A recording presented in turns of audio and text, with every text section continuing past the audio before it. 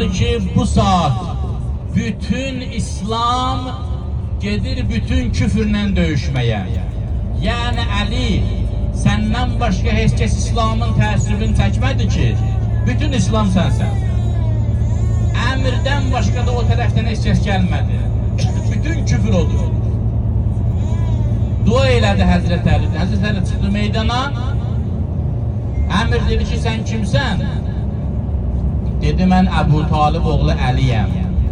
Əmir dedi ki, sənin kimi uşağı niyə göndəriblər meydana? Əmir 50-60 yaşlarındaydı. Əli əleyhissalam 20-25 yaşlarında. O vaxt qocaman döyüşçülər çox güclü olurdu. Çünki döyüşdə böyüşmüşdülər.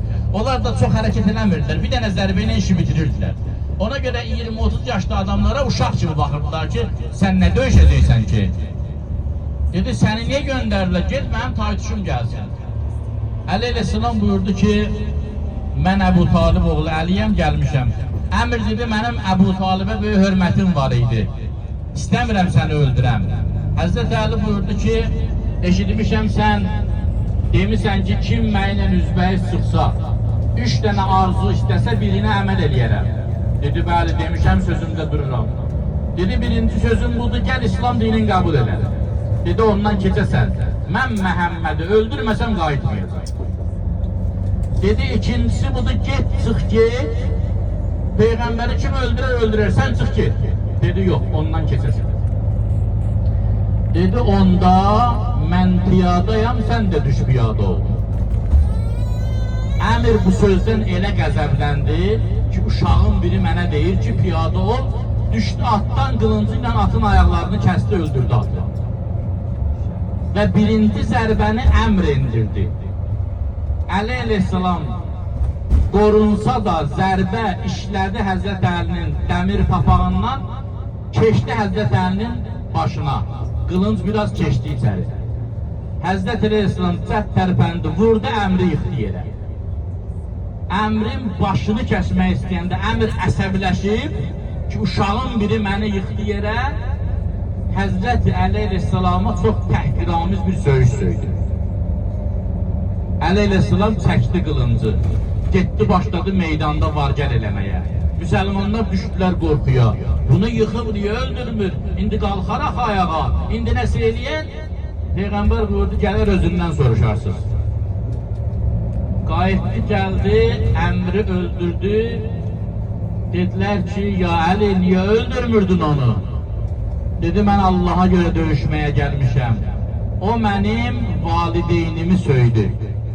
Mən əsəbləşdim. Gördüm, bu qılıncı indi vursam, tam Allah xətrində olmayacaq. Biraz da valideyn qeyrətinə görə olacaq. Biraz gəzişdim, hirsim soyudu, sırf Allah xətrində onu öldürdüm. Resulullah buyurdu, Əlinin Xəndəq döyüşündə vurduğu zərbə qiyamətə qədər bütün insanların və cinlərin ibadətindən üstündür. Çünki darbətu Aliyyin yevməl xəndəq əfdalu min ibadətiz təqələyn. Çünki bu zərbə olmasaydı İslam yaşamazdı. Bu zərbə olmasaydı İslam hörmətsiz olurdu. O dövrdə xəbər yayılsaydı ki, Əmr ibn Əbdüqud müsəlmanlara deyib bir kişi çıxsın qabağıma, heç kəs çıxmayıb, daha müsəlmanlar nə desəydilər, heç kəs inanmazdı. Yerdə sizin hünəriniz olsaydı, siz əmrdən döyüşərdiniz, şəhadəti qəbul edərdiniz. Hətta Əli əleyhissalamın o zərbəsi, alimlər buyurur, Əli əleyhissalamın şəhadətindən də əfsəldir. Niyə? Çünki Əli əleyhissalamın şəhadəti də o zərbəyə borcludur. Bir məsələni qeyd edeyim. Abdurrahman ibn Mülcəm Muradi Məlun Əli əleyhissalamı zəhərli qılıncla zərbət deyəndə yazırlar ki, onun o zərbəsi həmin əmrin vurduğu qılıncın yerinə düşdü. Ona görə də ağadar sağ qala bilmədi.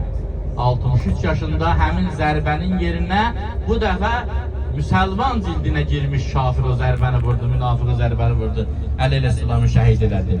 Xəndək döyüşü belə bir döyüş idi. Bu da əmr öldürülən kimi Əbu Süfyan ordusunun arasında çaxnaşma düşdü. Ən güclü pəhləvanımızı öldürdülər. Biz neyniyəcəyik? Bir gün, 2 gün mühasirəli saxladılar. Allah Teala bir dənə qara yel əstirdi. Bunların çadırlarını vurdu bir-birinə. Yemək qazanları dağıldı. Çadırlar, qılınc çadırları, yemək çadırları, aləm qarışdı bir-birinə. Tikanları qasırğa sovurdu, tökdü bunların üstünə. Bunlar pərən-pərən oldular. Yəhudilər Əbu Süfyanı danladılar, Əbu Süfyan onları danladı. Daha özlərinə gələ bilmədilər, dağılışdılar oradan.